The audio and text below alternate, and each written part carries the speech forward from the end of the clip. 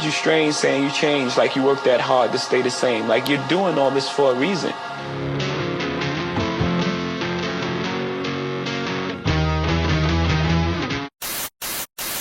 Welcome to episode 130 of Boxing in the Basement. This is a Kobe comparison sneaker unboxing video. I'm going to get into some of the intricate details of the shoes that the market is comparing to Kobe in search of and everything else that Kobe had embodied in his shoes. And with these ones, this is the Sabrina Ionescu.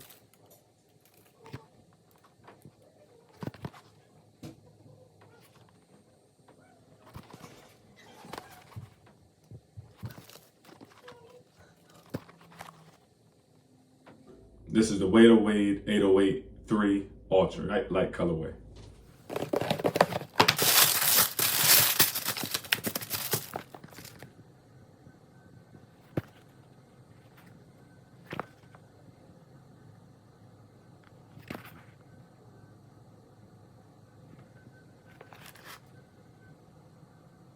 Without any further ado, we're just going to get right into it.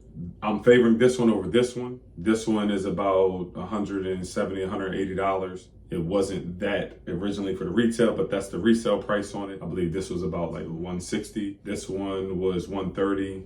I got this discounted. They have a sale on Nike right now, 25% off if you put heart in the discount box, and it'll bring these down to about $83. One of the reasons why I'm favoring these over these is because this is made with more of a premium material. One of the things that I think that helps with the Wade line is that Wade was signed with Jordan. So with him being a part of this company, it has all of the components that a major shoe corporation or shoe brand would have, from the outrigger piece here to the carbon fiber, which we can see here. This has a drop-in midsole, which you can see on the other side or the medial side. You can actually see it in the little box right here.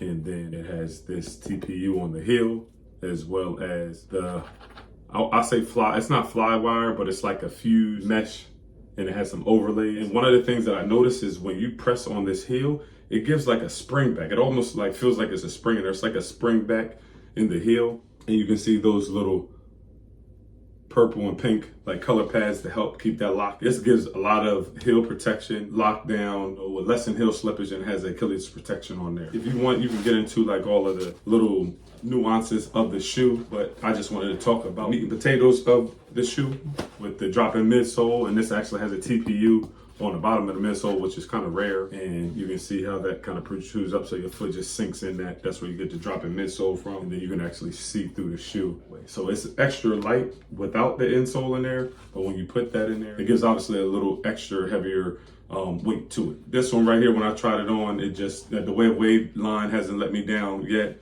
In comparison to this one, the fly wire on the inside, has a jumbo swoosh on the heel. It has the outrigger here, and then this has mesh, which you can see is kind of like a woven fabric or pattern. It has like a clear, like film, I guess you can say. It's almost like rice paper, but it just gives that extra stability.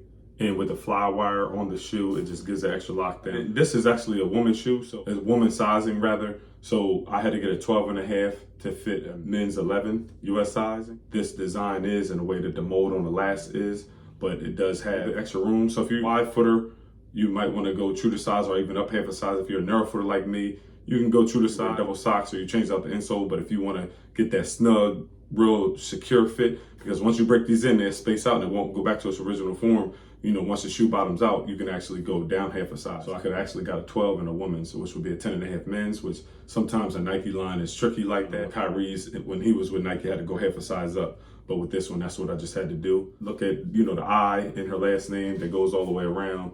And there's like little intricate details like that. You can kind of compare the soles. Well, they both have multi-directional patterns. This one, it does have like just different coloring, you know, which gives a little bit more jazziness to the shoe. Like a side-by-side comparison and see how they look. What meets the surface, or what meets the eye rather. Like it has this fused like toe drag, which will help, you know, it'll probably show scuffing, but it help with that woven material unraveling. Those things right there is like little things that I look at. Air zoom goes through the whole sole in this one. This doesn't have air zoom, obviously, but it does have carbon fiber. It does have the full length shank plate, and it does have the drop-in midsole. Rather than doing two separate videos, I want to combine these two. So episode 130, Box in the Basement. Until next time, take care.